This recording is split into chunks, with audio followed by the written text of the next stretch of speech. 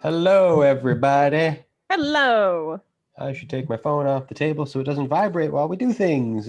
and I'm Sarah Black. I'm Theo Black. We're your hosts here at Two Siblings Who Talk About Movies podcast, Pigeon Verite.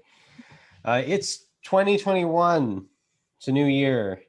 Yeah, I feel like everybody's already talked about that enough. Let's just move on. Yeah, let's just move on. We'll do a little bit of a wrap up in our weekly roundup where we talk about movies we saw last year. A very small wrap up, but Yeah. for now, we're starting on this month's theme, which is bad, good sci-fi movies with some kind of monsters in them, or it might be singular monster singular or plural. We started with one of the ones that came up the most, which was Robot Monster from 1953. So Had we're you ever? going in chronological order. It's like 2 movies per decade. Is that kind of what you did? It's actually a movie per decade. We might, if we have the time and want to, we can bump it up to more than that. These were There's, both from the 50s, though. yeah, we had We an went extra. 50s heavy. I guess there's like, well, I didn't find anything in the 40s, so I just went two in the 50s, and then it's one after that. But we can bump it up Yeah, if we I'm need sure the to. 30s has some stuff, but It must. I just wasn't. I was having trouble figuring it out. Um, and didn't want to devote too much time to this. Had you ever heard about Robot Monster? I had never heard about Robot Monster, and I want to kind of preface I this is not my genre, especially when you I mean, I like sci-fi just fine. Probably not quite as much. I'm not quite as rabid about it as you are. I do Probably. like sci-fi, but monster movies are not my thing. And you were doing Godzilla. And I mainly was like, well, next month we've decided to do rom-coms, so this month I can do monster horror. And usually it's because they're boring to me and I don't have a lot of context for them.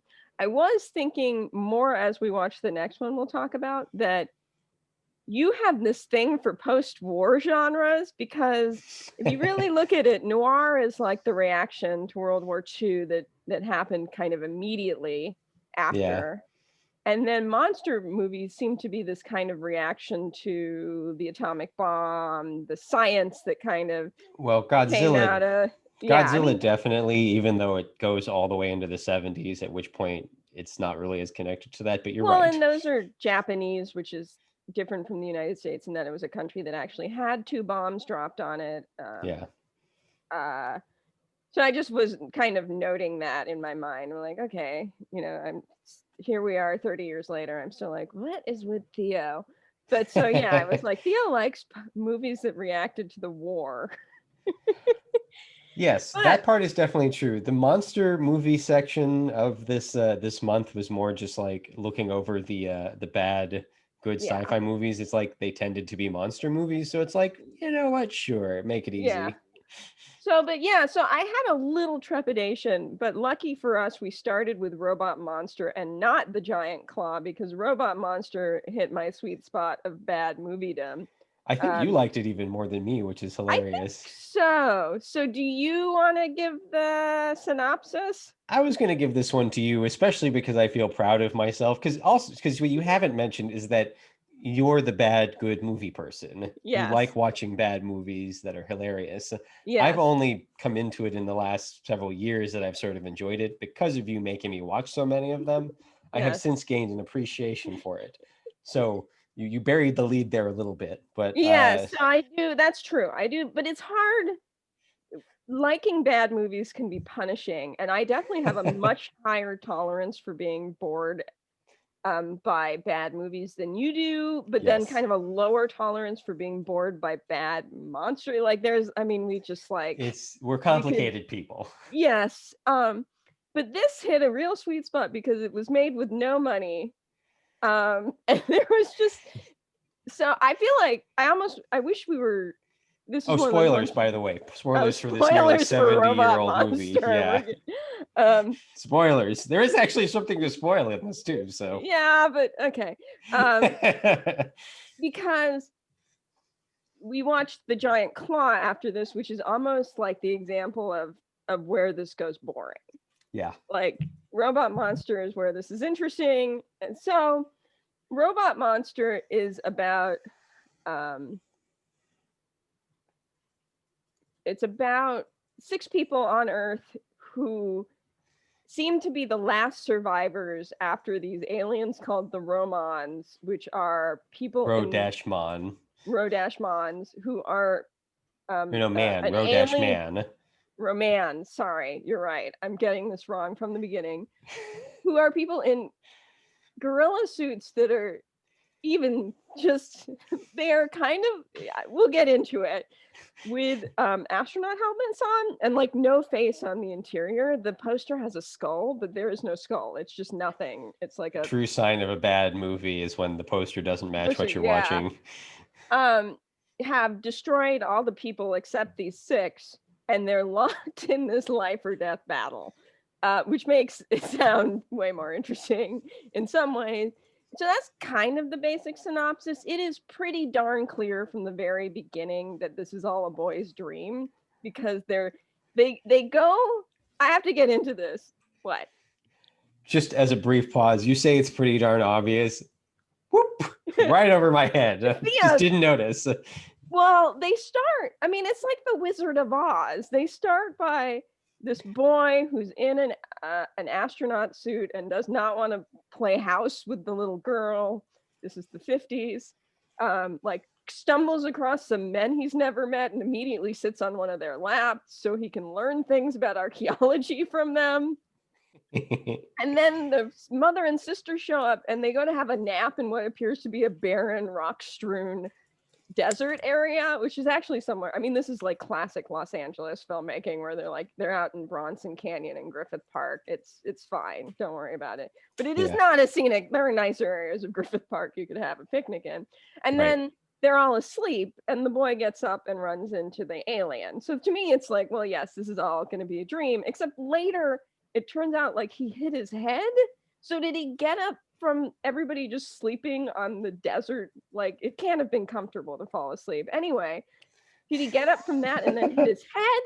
I don't know. It's a little unclear. Anyway, after he gets up, and the logic of the movie is so much a 5-year-old imagination logic. And again, to contrast this with the giant claw, where it's like they went to the most obvious place you could go for everything, and that made it really boring. When this, it's like a little kid is telling you a story, only it's kind of funny and interesting, because I find little kid stories really boring most of the time. But it's like, so it's only us, and they're married, like the older scientist guy and the mom are now married, and we live in this electrified house, but then we think that's why the Roman can't find us. But then it's actually because they made a serum. And this happened, like the way you are told this is so fast that I had to pause it and ask the person next to me what I was missing. And like, wait, there's a serum that you can take that protects you from all possible illness. And including the ray. Incidental to the aliens, except that it happens to have kept them safe from the aliens. Yes. Right? Well, it keeps them safe from the rays. They can't be found because of the electrical field around the house, maybe? No, but somehow the serum has kept them safe. It keeps them safe from the death rays, but not from like the yes. probe rays. Meanwhile, there are actually 2 other people still on Earth who you will never see. Because you see model airplanes go into the sky and then they all die to the space platform. There is a space platform in this movie that gets mentioned and then destroyed within 5 minutes. And it's actually just like a ship going in circles. The boy keeps like wandering over to the cave of the Roman, which has a bubble machine outside it, and a viewer, which is like 4 pieces of wood together, framing the Roman.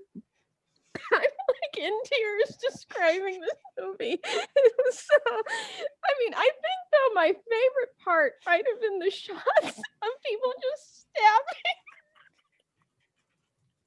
stabbing at like the inside of a television with a soldering thing. Like sexist voiceover of the man and the woman talking. And later they decide to get married. Sarah's for those not watching the YouTube, Sarah's like in tears. Is like she's like having trouble keeping it together right now. So everything stopped. The entire planet is dead, and they're trying to keep from also being murdered by the alien, but they stop and have a wedding and then move out to just have sex in the field. Well, but you've buried another piece of it. They were originally going to like save the kid or something. And he keeps taking his shirt off. His name is Roy. We're in the 50s. And I'm like, I feel like I'm watching a Buñuel film because just stuff keeps happening that seems unconnected. And the Roman, when you see him walking the trails of Griffith Park, his outfit makes him look like Pooh Bear with a honey pot stuck on his head. And like the actor has whoever's in there is just trying to walk without falling down. So you're just watching this lumbering. I couldn't stop crying. I was laughing so hard. You're just watching this creature lumber around.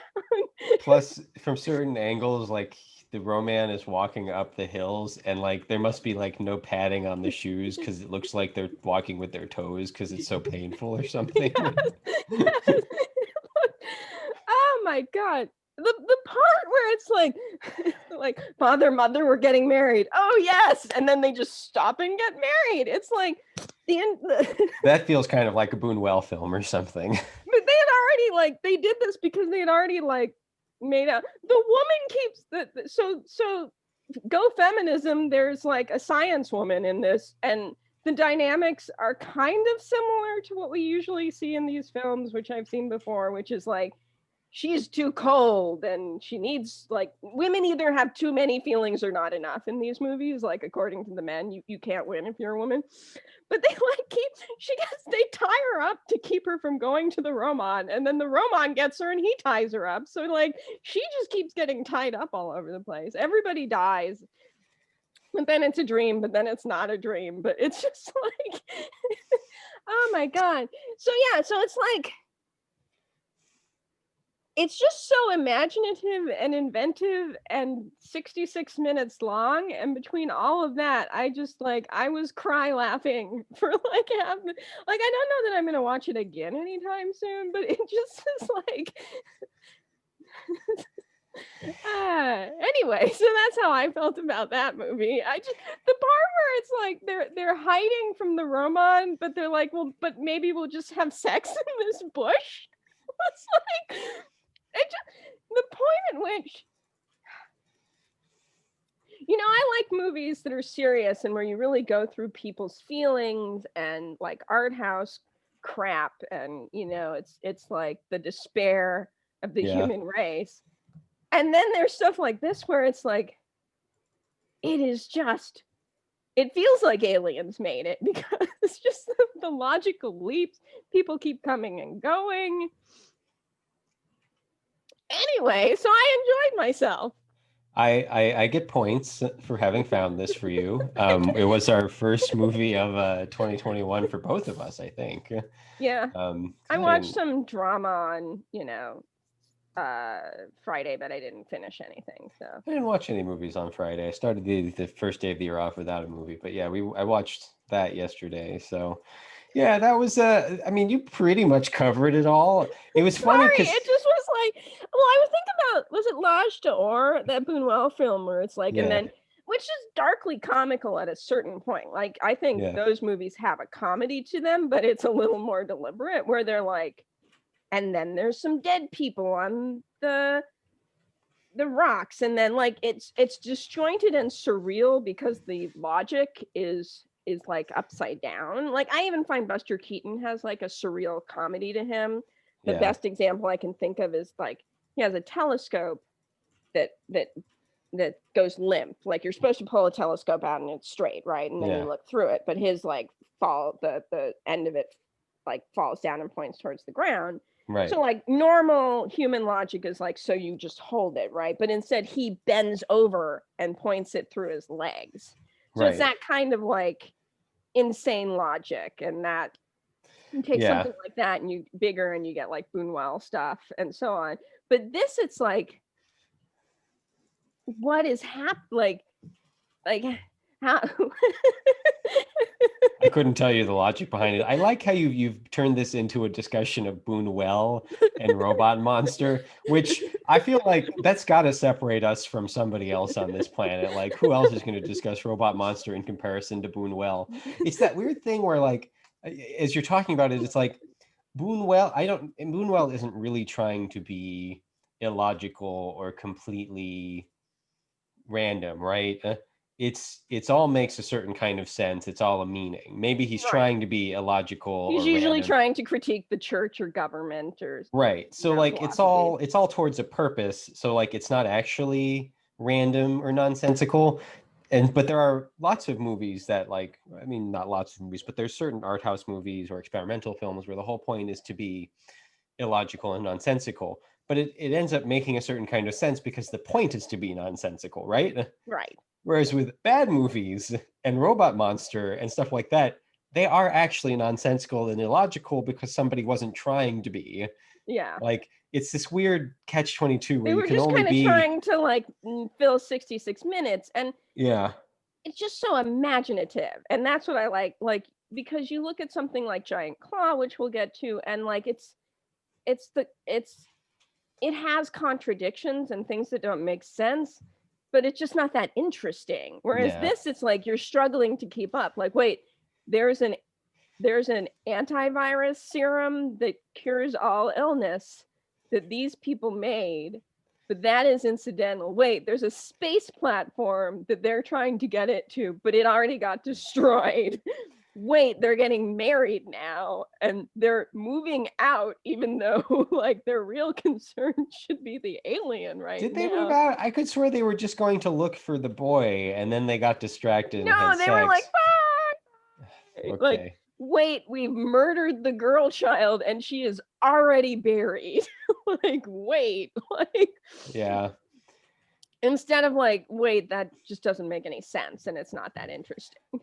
Part of what's fascinating, there's two things that make this really work for me and make me laugh, is that, like, it's the same, like, 5 locations in this one canyon area. And mind you, the family could live anywhere on planet Earth, but they happen to live within like 100 feet of Roman. I get it, it's all a dream and none of this matters anyway, but there's just something innately amusing about, like, it's just this canyon. There's no cities, there's nothing. I think there's some footage they use, from Right, but probably. it's interesting too because that giant claw has the same issue and it's just not as funny. Like, it's just stupid. Well, I mean, I Giant wouldn't Claw. say that Robot Monster is not stupid, but it's funny. Well, like Giant Claw, like at least makes an attempt to go across different areas, but like But it doesn't make Robot any Monster. sense in No, but Giant Robot Claw. Monster, like they don't even pretend. Like Exactly. there's some footage from other movies that they're using, some B-roll or something they purchased or whatever. But like that's it. Well, That's this one. used a bunch of like stuff from like the whole space platform thing was apparently from another movie. Yeah, yeah, that stuff's all from another. You can even see a hand somewhere in there. You can see someone's hand moving, I think, the rocket or Yeah. whatever. Yes, that was pretty good. That was pretty good. Well, I think about like I remember Karina Longworth talking about the winking. I've been thinking about that for some reason. Like, part of Marilyn Monroe's appeal is that it's dead serious. Like, Yeah. she's not, whereas Jean Harlow was like, Well, hey, we're all in on this together.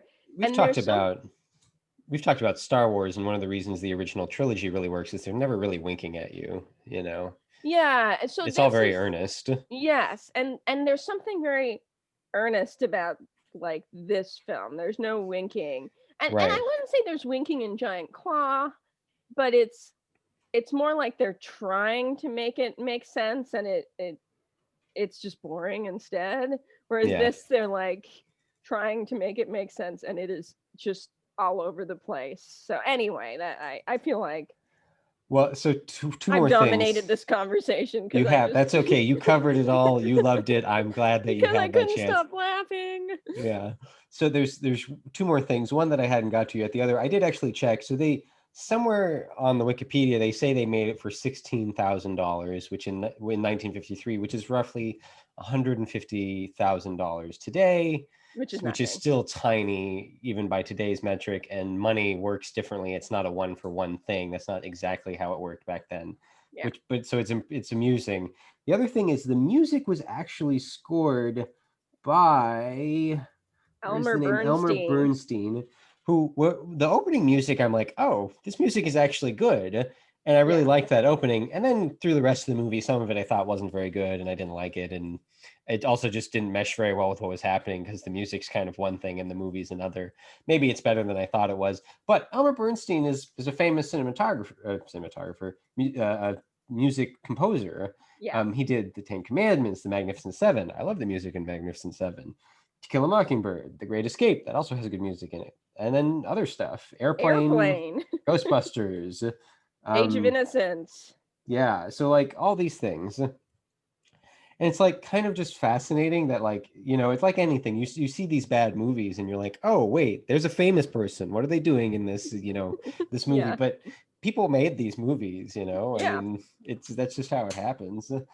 And yeah, I found that kind of amusing. And yeah, you pretty much covered the rest of it. I mean, the best part to me is it's just this gorilla suit with a space helmet on it. But And it's it's not like, even, it's a gorilla suit that like looks like a Pooh Bear. Like it's got it's pear shaped. It's got this huge butt. Like it's yeah. just, and the actor inside doesn't like appears to just be very focused on walking from one end. I mean, who knows what he could see, how hot it was Well, their that day in faces were film. wrapped in cloth or something. And like, so Yeah, they're but not there's supposed to no have heads, like but sometimes the arms are up, like maybe it could be like menacing, but I think they're just like it's uncomfortable maybe to have well, them down. They're really there are, hot. it also, this monster is like, the monster like can barely move around in the thing. There's a scene where like the kid starts running away and the monster like shifts after it, and then the kid just runs away and then like raises a fist at the kid, and it's like, it's because that suit can't move at all.